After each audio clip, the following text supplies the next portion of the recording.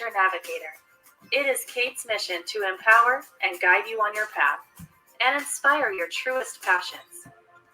She will encourage you to share your gifts, speak your truth, and ignite your inner wisdom and purpose.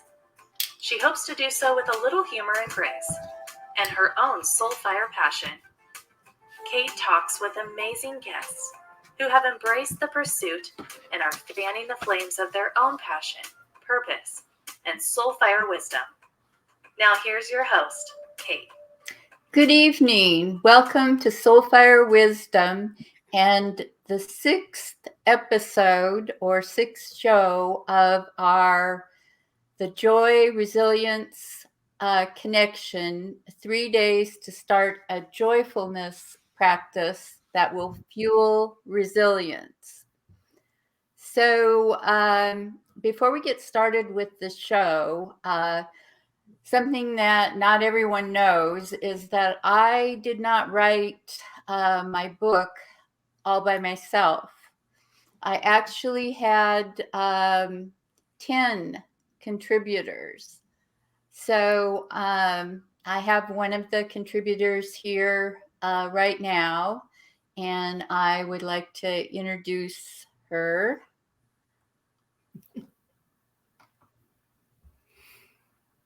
No. Okay.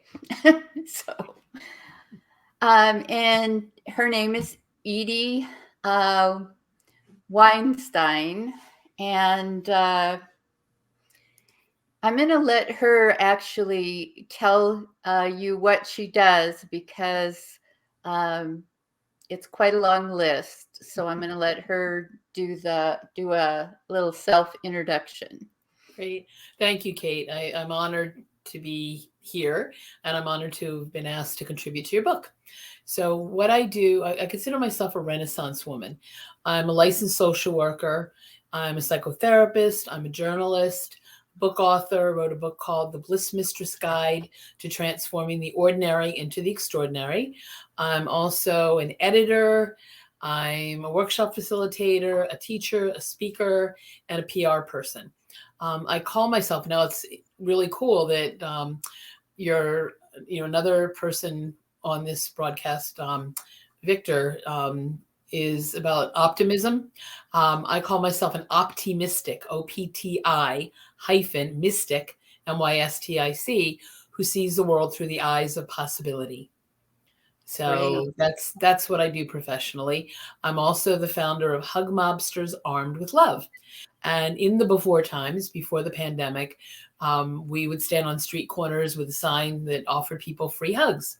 So that's one of the first things I'm looking forward to when we get the all clear signal, is to get out there and start hugging again. So tell them the title of your resilience story and just kind of a couple sentences about what it's about. Okay. It's called How I Learned to Strengthen My Resiliency Muscles. And what I write about is the idea that resiliency is learned, that in the midst of all kinds of life stuff, life getting lifey, we can learn how to bounce back. So it's encouraging people to see where they're standing right now. And if they're not happy with where they are, and if things feel like, if life feels like it's knocked them on their butts, to find ways to get back up and get back in the game and not stay down for too long. Great.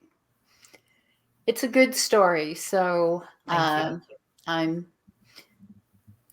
encouraging the readers to read the book, not just for what I have to say, but for the inspiration and motivation that all of my contributors also add to the book. So thank you for, popping in to see us. I know it's kind of late there on the East Coast. Yeah, it's only 8:35. Not a big deal. Yeah, probably they're just getting a martini now. And you're in Australia. What time is it? It is 12:30 in the afternoon. Yeah. Oh, okay. It's early. And it's on the next day. Degrees and blue sky, Edie.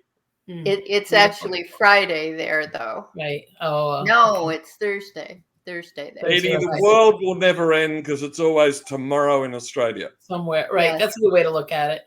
Yeah, and here it's freezing. We got snow. We got low double digits temperature, so much chillier than where you both are. Yeah. Now after this, I've got my bathers and sun rashi and off for a swim in the sea. Oh, sounds good. Well, I'll enjoy it vicariously. So thank you for sharing that. Okay, well, we will let you go, and Victor and I are going to talk about joyfulness and resilience practices. So, Wonderful. Have fun. okay, bye. Bye.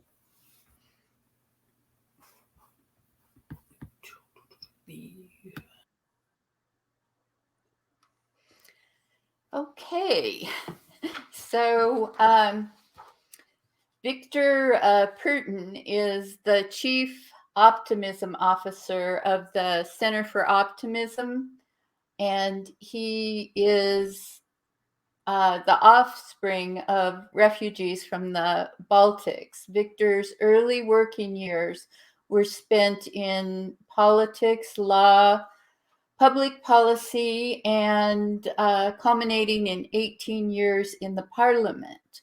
After politics, Victor worked as a commissioner to the Americas, working across North and South America on the foreign direct investment and export promotion. Upon returning to Australia, he was surprised by the negativity around Australian leadership and increasing levels of anxiety and depression in the community. So he decided to form the Australian Leadership Project. And after a eureka moment at the Global Integrity Summit in 2017, he founded the Center for Optimism. And so today, Victor's work is asking people all around the world, what makes you optimistic? And that's actually how I connected with Victor. He asked me what made me optimistic on LinkedIn. And since then, I've had him on a couple of different radio shows. So, welcome. A delight to be with you, Kate. And I was rereading your book this morning. You know, it is a lifetime of wisdom, and then synthesizing the wisdom of others. It is just a splendid book. So I highly commend it to everyone. Because I'm so far away, I got it on the Kindle version. The Kindle version's great because of all the click-throughs you can do. But obviously the paperback and being able to scribble on the pages and add your notes and do the exercises, you've done a great job producing this wonderful resource, Kate.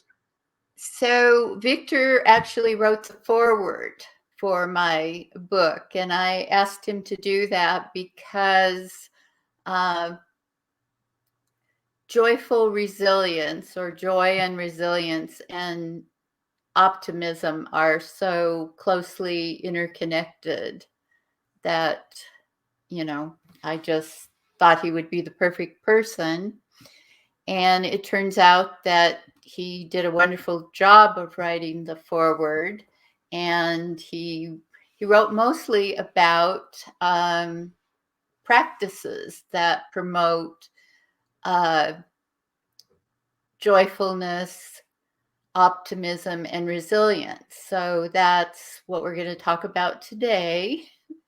And so I'm just going to ask Victor to talk about some of the practices that he uses and promotes in his life to keep him optimistic, joyful, and resilient.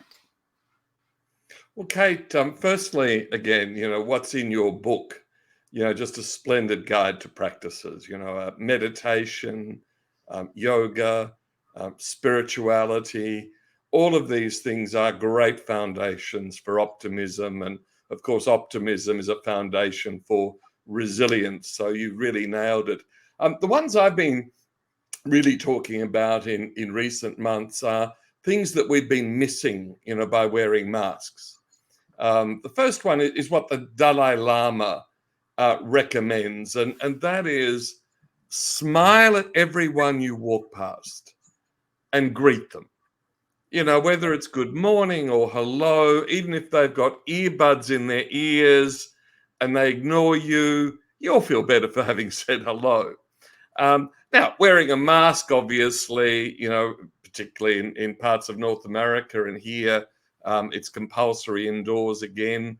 You've got to smile with your eyes and, utter your greeting a bit louder than you would normally do. But I still find people utterly uplifted. And, that's one that the Dalai Lama recommends. And it's one often easier in small communities. So when we're walking down the main street of a big urban center, like New York or Philadelphia or Los Angeles, people are often a bit daunted, but if you give it a go, you'll find it very uplifting. And then the second one is, of course, we just lost Archbishop Tutu last week, the great hero of the Anglican Church and the fight against apartheid in South Africa. And he said, God commands us to laugh. And of course, he, in the midst of conversation, and again, like his good friend, the Dalai Lama, often will have a giggle or a laugh in the middle of a conversation. And my mother used to do that. My mother died last year at the age of 92, and she would often laugh in the midst of a conversation. And so that's, whether you laugh in the middle of conversation or whether you tell jokes or whether you watch comedy with your family, just laughter is so powerful. And then just before New Year, Kate, I did a practice which comes out of the positive psychology community called My Best Self. And what you do is you meditate for 5 minutes, imagining a day 5 years hence. What will you be like? If your health and your occupation and family and society thrive, what will you be doing in 5 years' time? And then you spend 10 minutes journaling. And you try and do this every 3 months, every 6 months. And normally I have recommended it, Kate, as an individual practice. That you do it at home, you have a glass of wine, a cup of coffee, and you lock yourself away to do it. But I did it in a group via Zoom. And we had people stretched from San Diego to India, 30 people. And I led the meditation, and then they wrote for 10 minutes. And then I said, look, would you like to share something? And I'm thinking one sentence or two on optimism or 2022. But all of them wanted to share something of what they had written. So in fact, I'm now, every change of season, Kate, spring, autumn, winter, summer, depending on the hemisphere, I'm actually going to repeat it as a group activity, because it was just, the scientific evidence says My Best Self is immediately uplifting, and it is. But you actually your thoughts drift back to it over the following week. So it continues that upward motion. And of course, what's the basis of resilience? If I persist and keep going, things are going to get better. So those are three that I really love. And then, of course, journaling about my best self. I'm not journaling about the best thing in the day. That sort of end of the day, piece of paper or a journal by your bed. Write down the 3 best things in the day. But the trick with it is not just to do that and leave it. The trick is the next morning.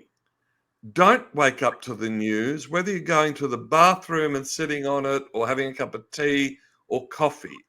The first thing you should read before you start the day is your gratitude for what was the day before.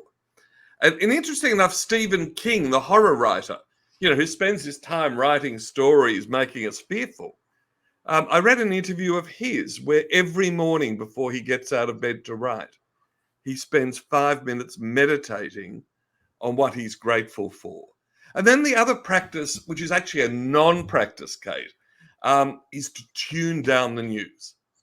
You know, if you really want to drive yourself nuts, you would be listening to the news all day with the statistics on COVID and every car accident and every shooting and every bit of bad news. So limit the amount of news you listen to every day, maybe half an hour in total. And make sure you're using other mechanisms like podcasts like yours, Kate, which contain uplifting information that really lifts people. I can go on and on, as you know, Kate, because we've got 20 Yeah. practices to make people more optimistic. And Those are and the key ones, I think. music.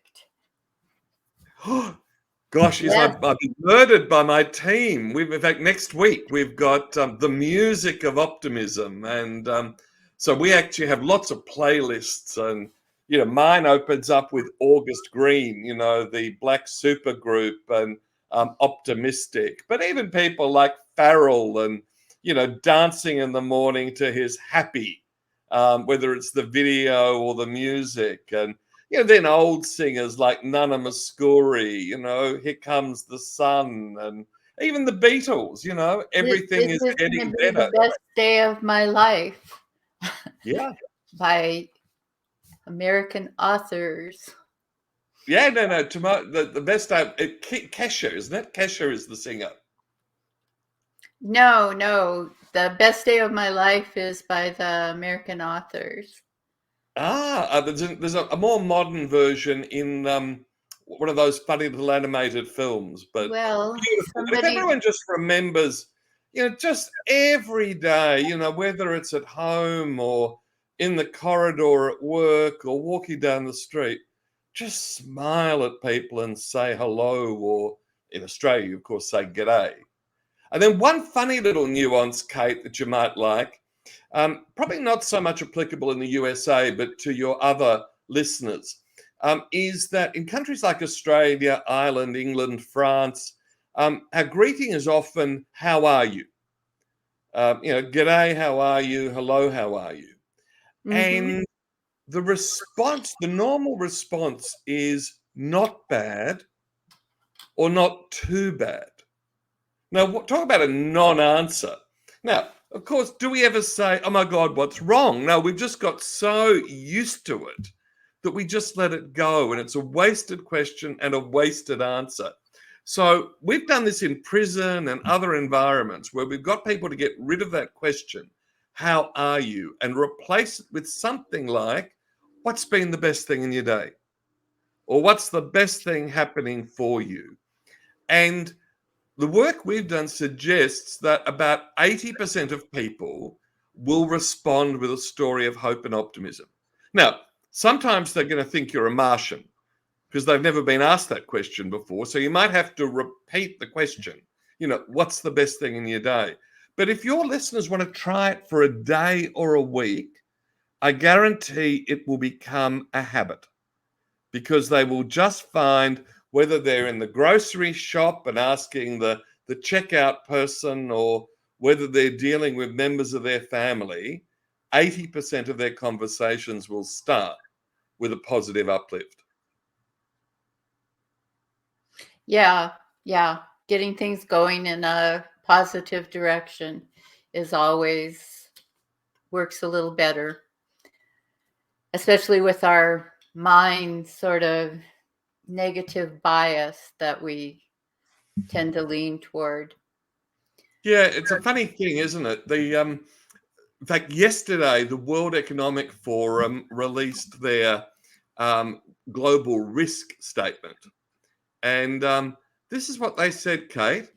A lack of optimism could create a vicious cycle of disillusionment and social unrest. And they are right. Now, the terrible thing is, in their global risk perception survey, which only goes to the elite, only 16% of respondents feel positive and optimistic about the outlook for the world. So there's a mission for you, Kate. There's 84% of the world need to believe in a better world, and you're the woman for the job, Kate. In fact, I hear there might be a need for a presidential candidate in 2024. So maybe it could be you and Hillary on a joint ticket. I certainly wouldn't wish that job on definitely wouldn't wish that job on myself, but I don't know if Do you I'd wish remember it on anyone. Greenspan, the former head of the Federal Reserve? I know we need good, optimistic leaders, but it's a hard job. I remember Alan Greenspan, the former head of the Federal Reserve, wrote a book, and he was quite egotistical himself. But his view was that anyone who wanted to be president of the United States should be excluded from the ballot. Yes, You've got to drag them kicking and screaming. True. Yes. And some of the candidates that, people have suggested for the job, it's like, I wouldn't want them to do that because it would just destroy that goodness. It's hard. There's the level of criticism leveled at leaders in government and business now is just so constant. It's wearing people out. And it's to these extreme levels, like, it's not even like logical. It's like calling people names down to that kids in grade school aren't even supposed to act that way. See, the sensible centre doesn't appear on television. So it doesn't matter whether it's Fox or CNN, they are both looking for people from the extremes to make extreme comments that surprise people. The sensible people are not getting a run. And I don't know quite how we solve that. I try and do it by interviewing people as you do, Kate, and bringing good people onto the air to share with the thousands of people you and I can share with. But how we get into that mainstream media, which is now shock, horror, and entertainment, but not much in the sensible centre. Yeah, they don't seem to want to. You're right. They want sensationalism rather than, logic or optimism or anything like that. But that's the great benefit of a book like yours, that tens of thousands of people around the world, hopefully millions of people around the world, can pick it up, read the text, Evie's, stuff, Evie's story and other stories. But then what you've got are those fabulous practices and space in the book to write. I love that. I always try and leave space in my books, Kate.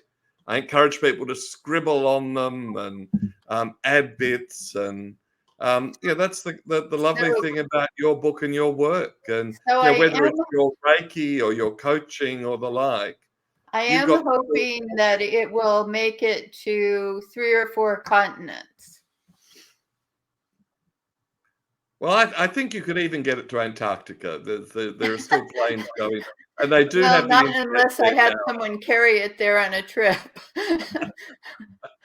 One of the lady who was going to be one of the guests on this book launch, she's actually on a trip to Antarctica right now.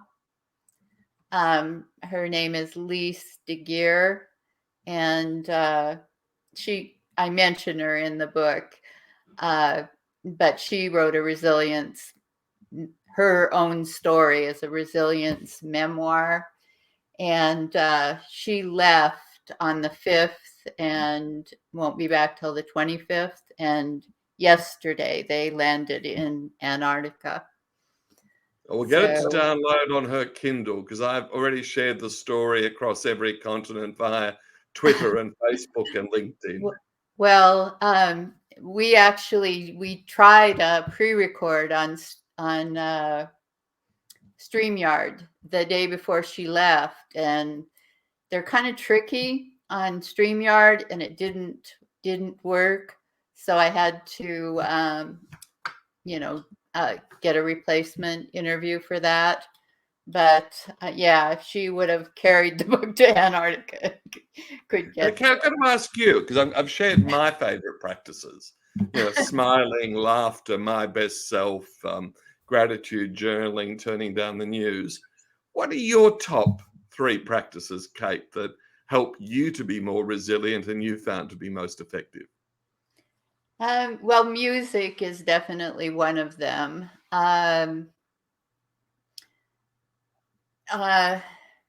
Reframing when my thoughts try to go off track, because I think we all tend to do that, and so we need a tool we're gonna say, no, I'm looking at that the wrong way. There's another way to see it. And the then, third? pardon? And the third? That's 2. Keeping connected with people. Bill George, the expert on leadership who wrote the book True North, the Harvard expert. I asked Bill the same question I asked you, Kate, what makes you optimistic? And he said, being surrounded by positive people, what a blessing. Yes, And definitely. so if you can say, we've all got to spend time with negative people. It could be family, it could be at work or the like. But when we can choose who we're with, if we can choose the people who lift us rather than bring us down, it's even humor too. One of the things that's changing in Australia, you in your kind introduction, you talked about the negativity and this negativity of language. So Australian humor has typically been self-effacing, right? Not ridiculing others. And what's crept in over the last 20 years, and I'm afraid American television has had some role in this, is this ridicule, and it comes in TV shows, the competition shows, some of those cooking shows, where someone comes to improve your bakery or they come to Even improve your cooking. restaurant, and they just swear their heads off and call you an idiot. And that's somehow meant to be funny. So I think, that's been a change for the worse in the world. And, all we can do is tell the jokes that lift. But I think it's a really interesting phenomenon, the attractiveness now of jokes that bring people down rather than lift them up. Yeah, I think all we can really do is try to present alternatives. Because I think a lot of people don't like the negativity and division and just some of the bizarre stuff that's been going on the last few years, or maybe even longer. I don't know. Yeah, but this dystopian fiction. So it's interesting to see in the world of science fiction, you go back to Asimov and the writers of the 60s. It was all uplifting, changing the world for the better. Now, if you look at the stuff that's come out of Scandinavia or all the end of the world movies in America, it's all Hunger Games and the like. It's all these dystopian worlds as opposed to utopian. And it's interesting to see there's a fight back against that from young writers, in sort of things like solar punk. Yeah. Where they're imagining worlds that have gone beyond the battlegrounds around climate now, where we've actually, we use it. I mean, if you look at the true story of the world now, 95% of new energy installations last year were renewables, right? The world actually gets it and is getting on with it. Mm. But you wouldn't learn that from watching the news. You know, Well, the USA will meet its Paris targets, right? It didn't rely on Donald Trump's rhetoric. It relied on the private sector understanding what their customers wanted in terms of environmental responsibility and getting about doing it. So, America's, reaction to climate change owes more to the intelligence and goodwill of its people than the debates about it in Washington. well, Washington, don't even talk about that now. They just plain don't make sense the way our legislature operates. It just Yeah, and so we're both old enough to remember, Newt Gingrich and Bill Clinton, who used to fiendishly fight at each other in public. But then they got together to do an agreement for America that delivered the first balanced budget in decades and actually a period of great increased prosperity. So when they can reach across the aisles, it's absolutely fantastic. I'm George Bush and Edward Kennedy, with No Child Left Behind. Yeah, I can't say there ever was a time when politics worked perfectly, but like you, I do remember a time when it seemed to work much better, and that there used to be what is frustrating, I think, to many people is that what they're doing now is just, it gets nothing done. It just is unproductive. And, it's like people playing games, and that's And not really. demonization, Kate. It's, demonizing the other side. Right, I mean, like I come from a Baltic background. What the communists did, to my ancestors and to my ancestors' country, it's just the height of evil, right? Yeah. But yet, I know communists here, right, who, are Marxists, but we can actually work together on some elements that we agree on. When you look beyond the ideology and look at what's in common, you go so much further. And that's exactly, again, what you do in your book, reaching out to friends and people you admire to find that common ground. Yes.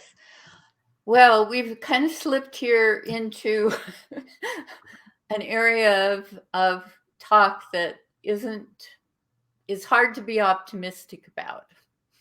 So, no, you can only be optimistic. Optimism and action. Well, I'm optimistic about the fact that there's a lot of room for improvement in this particular area. So, but you mentioned something earlier that I think is a generally good practice. Is I do believe in knowing what's going on in the world, but to limit your intake of things that you can do nothing about is probably a good practice. And that's not to say that you shouldn't try to affect change in the areas that you can, but spending a lot of time just listening to negative stuff and then feeling frustrated probably isn't going to help you be more optimistic, joyful, or resilient. Yeah, I love the young people who are working on solutions-based journalism. Yes. The notion that if you're going to write a story about something, then give people an avenue or an outlet for doing something about it. And that is the approach of a lot of young people, and I do really think that's a good sign. So yeah, and we can all contribute to that. And although, can I tell you a funny story, Kate? I was giving a speech recently, And I said, look, all you can do is all you can do. And there's nothing I can do to stop the fighting between Tigray and the Ethiopian government. Well, blow me down. We were holding an event at the Centre for Optimism 3 days later. And one of our members wrote and said, look, I can't be there. I'm with the UN forces in Tigray. So we were reaching out and we were supporting someone who was in Tigray trying to bring peace. So again, I don't think there's probably no problem in the world that we can't contribute in some way. But, Yes, you know, when we let it overwhelm us. If you're taking action, that's a lot different than if you're just sitting back and listening and then worrying about things and then not doing anything. So thank you for being here today and talking about the practices that help us be more joyful, resilient, and optimistic. And thanks so much for writing the foreword for my book. Just a huge honor. And we can remind people of those practices. Just start by smiling at the people you live with and the people you work with and the people you do business. Laugh a little bit more and daydream about a better tomorrow. And then, as Kate just said, don't just daydream about making a better tomorrow. The outcome of daydreaming will hopefully provide you with an opportunity mindset to make it better. Yes.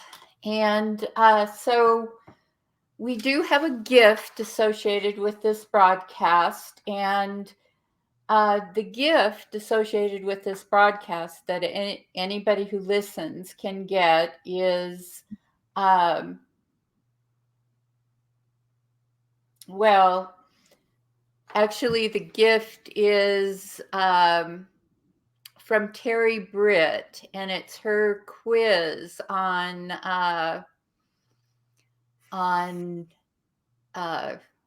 what does she call that? The Worthiness Quotient.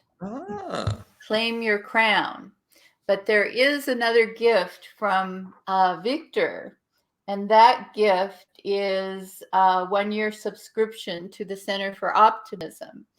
And that gift will be drawn on the 18th, where we have 5 gifts that will be done by drawing. And that's actually to give people who aren't listening live and listen to the replays of the videos or podcasts between now and the 18th, and they can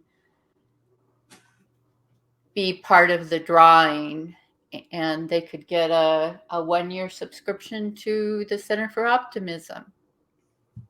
And Victor really does have a lot of good content on Ours is now the biggest website in the world with material. We've got now 15,000 quotable quotes from presidents and prime ministers to women digging ditches in India. So a great variety of thought and wisdom.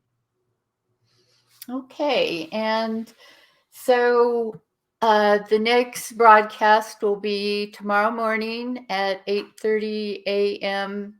Pacific time, and I'll be speaking with Victoria Marie Gallagher, and she is a hypnotherapist, and she is also an author and speaker and a law of attraction expert.